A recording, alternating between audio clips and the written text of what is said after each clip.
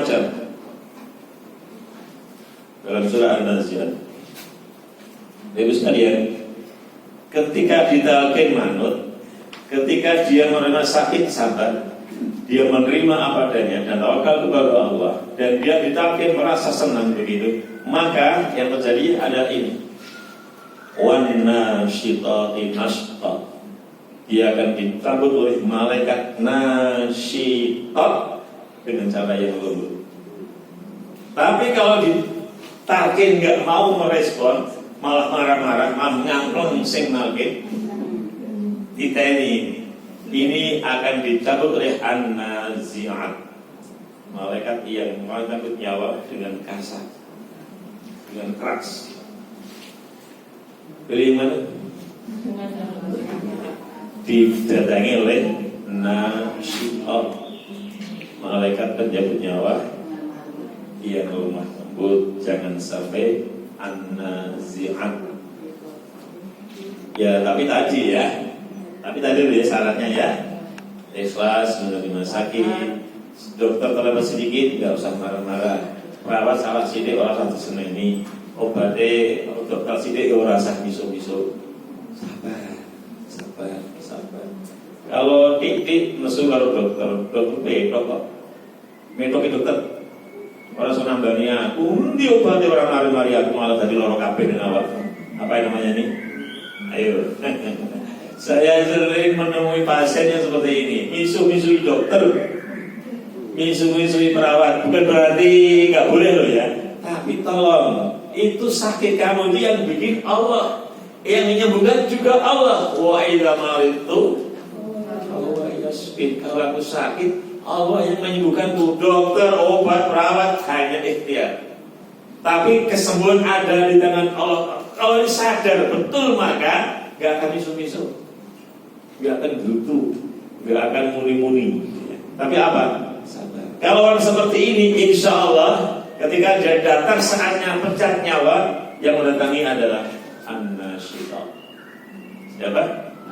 Malaikat yang cara menghadapinya dengan sekalian. Kalau ini an-nasyitah yang datang, saya tahu persis gitu. Sehingga dia itu merem dewi, mingkem dewi, sedekap dewi. Posisi persis seperti orang salat. Ini insya Allah husnul khatimah. Tapi ada juga ibu-ibu yang pecat nyawa itu ada suara dan melet, matanya mendelik, berputar-putar begini. Itu cirinya nazi'at yang mendatanginya. Su'ul. Jadi ada dua, husnul khatimah, su'ul khatimah. Kalau kita ini sedang mendatangi orang yang keseripahan gitu, maka doakanlah, mudah-mudahan dipanggil oleh Allah dalam keadaan husnul khatimah. Ibu tahu itu apa artinya? Yang mendatangi ini adalah insya Allah an-nasyitah, bukan nazi'at. Ini gambarannya orang yang husnul khatimah. Idza jaa ajaluhum fala yastakhiruna sa'atan wa la yastaqdimun. Enggak apa-apa, sudah saatnya Bapak tiba ajalnya. Kulo nampi keadaan seperti ini, Bapak insya Allah nampi keadaan itu. Kulo kandani kata-kata Bapak ini siap ya, dipanggil Allah. Ando aku siap. Nanti apa? Inilah kesiapan. Ini namanya apa? Husnul itu baik, khatimah itu hari terakhir. Hari terakhirnya dalam keadaan baik. Dia pecat nyawanya, insya Allah diangkat dari hari bayang ini. Ini nasyitat yang mengangkat rohnya ini. Kalau an-nazi'at seperti ini, entah lari kemana.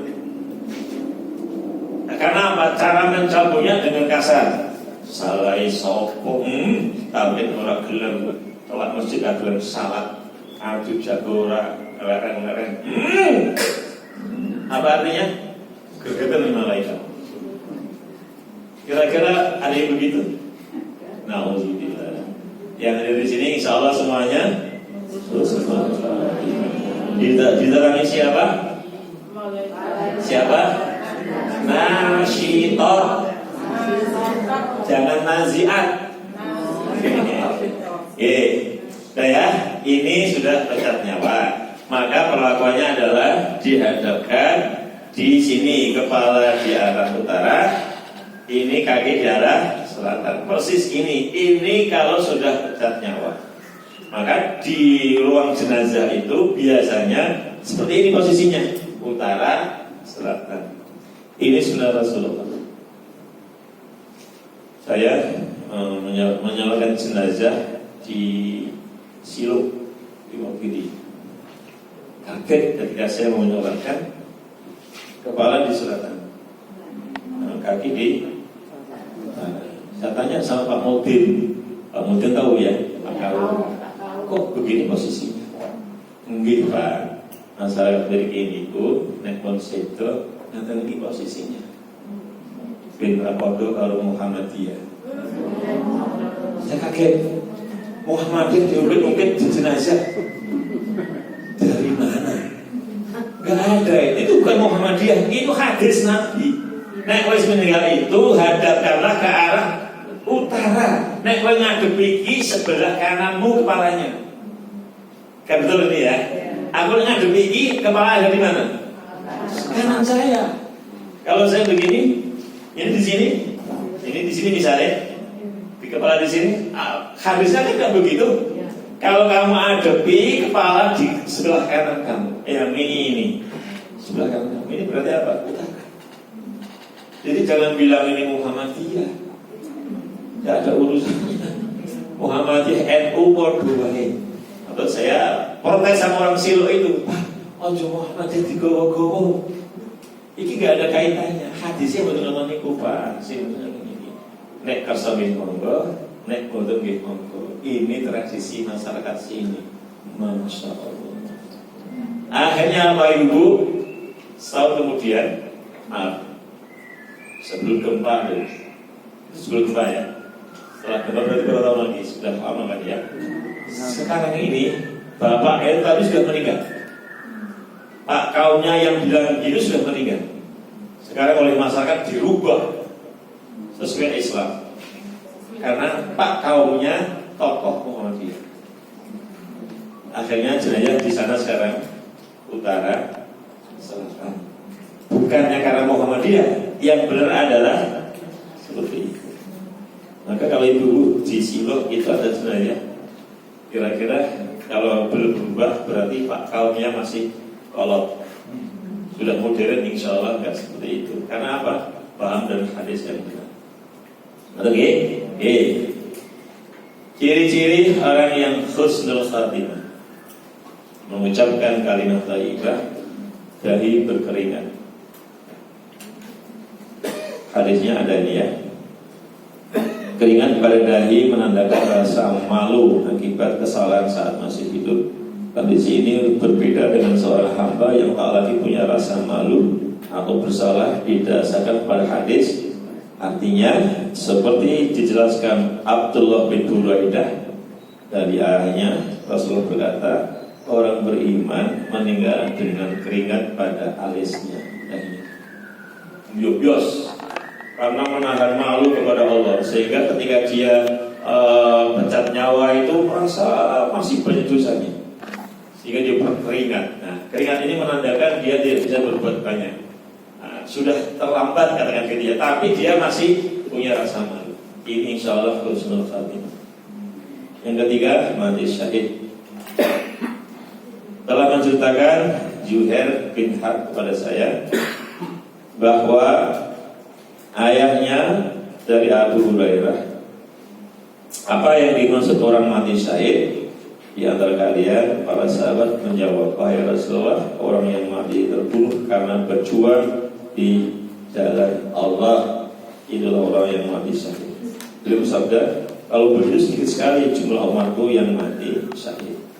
Para sahabat berkata, lantas siapakah mereka yang wahai Rasulullah? Beliau bersabda, barang siapa terbunuh di jalan Allah, maka dialah syahid.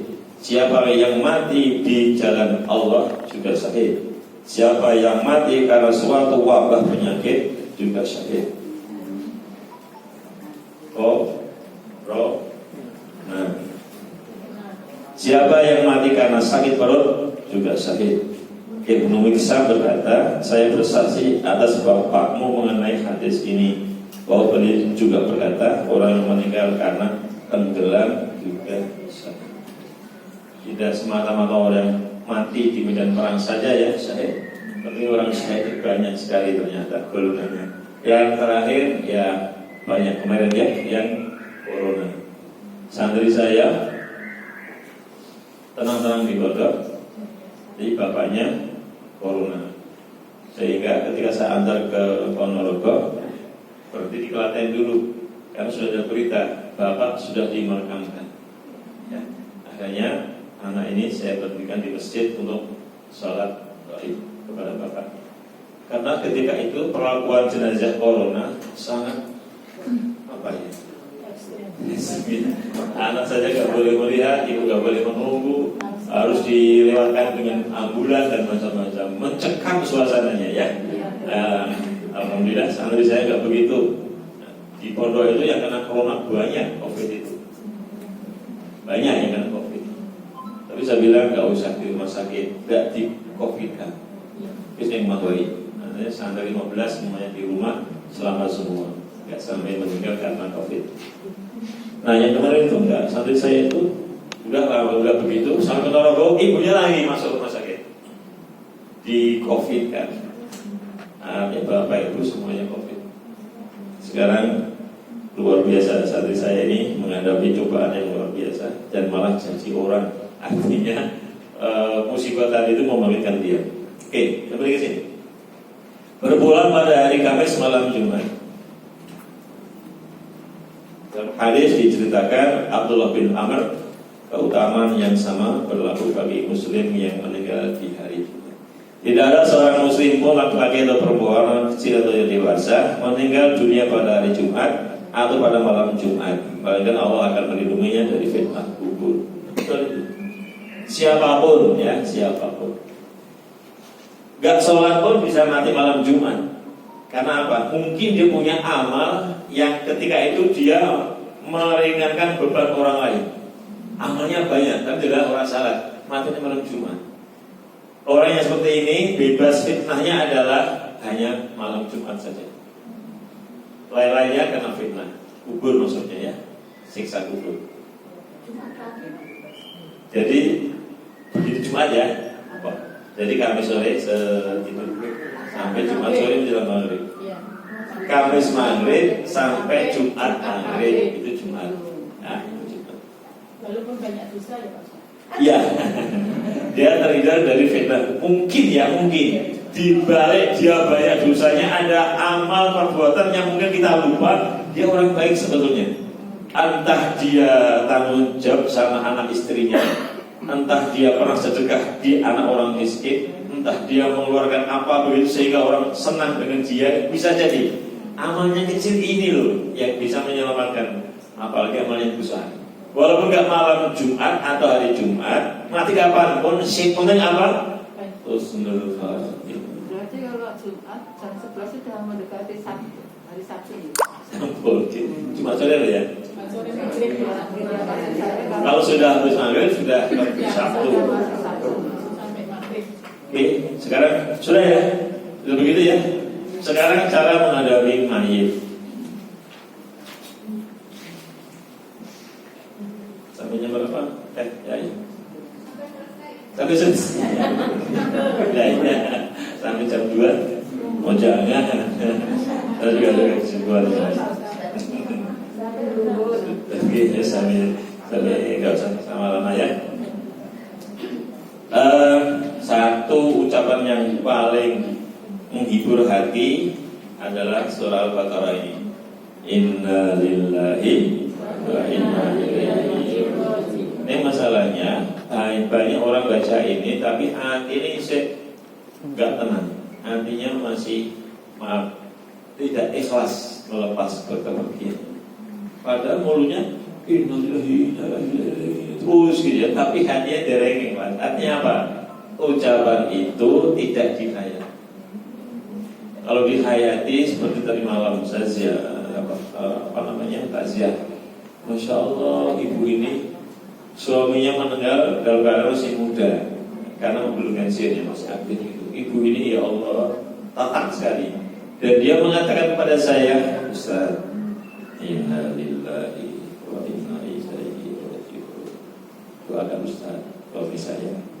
Terus dia malah yang mendoakan, diampuni dosanya, diterima amalnya, husnul khatimah. Dia ngomong dengan tenangnya, gak gusa-gusu, tidak panik dan tidak tidak seperti orang yang sedang kena musibah, tapi lembut hatinya ketika itu diucapkan. Masya Allah, ini namanya menghayati inna lillahi wa inna ilaihi raji'un. Banyak sekali yang saya ketika takziah itu tidak menghayati ini, hanya lambe-lamis. Tahu lambe-lamis gitu? Nah, maaf, orang yang seperti ini belum sepenuhnya ikhlas melepaskan pergian. Kudune orang menunggu. Kudune adalah tadi seperti yang tadi malam saya alami. Masya Allah, ibu. Ternyata aktivis masjid ibu ini. Ketika suaminya gerak habis haji begitu, dia sangat ikhlas dan dia menyadari betul bapak sudah ajal, sudah akhir hidupnya. Tolong Ustaz doakan. Oke, ini Rasulullah SAW ketika memejamkan mata sahabat yang meninggal, Abu Salamah radhiyallahu anhu mengatakan, innar ruha idza qubida tabi'ahul basaru fala taqulu illa khairan fa innal malaikata yu'minuna ala ma taqulu. Sesungguhnya ruh apabila telah dicabut akan diikuti oleh pandangan mata. Maka janganlah kalian berkata kecuali dengan perkataan yang baik, karena malaikat akan mengamini dari apa yang kalian ucapkan. Ibu-ibu, pengalaman saya, kalau ini husnul khatimah, ini mengucapkan sendiri, gak usah diucapkan. Merem diri, mingkem diri. Karena apa? Dia sudah merasa pasrah total kepada Allah. Aku tak merem diri. Kira-kira gitu bahasanya. Dia sudah menyerahkan haraganya ini kepada malaikat yang datang. Ibu-ibu, ketika an-nazi'at an-nasyitat datang, berdialog dulu dengan jenazah ini. Berdialog dulu. Nah, dialognya itu kadang bisa diterima oleh jenazah, kadang bisa tidak. Kalau nggak bisa diterima berarti yang datang adalah an-nazi'at. Tapi ketika dia bisa berdialog dengan malaikat yang akan mencabut nyawanya, nasyitot. Artinya apa? Mas Suri, siap dulu, tak cabut nyawamu ya. Dari sini aja.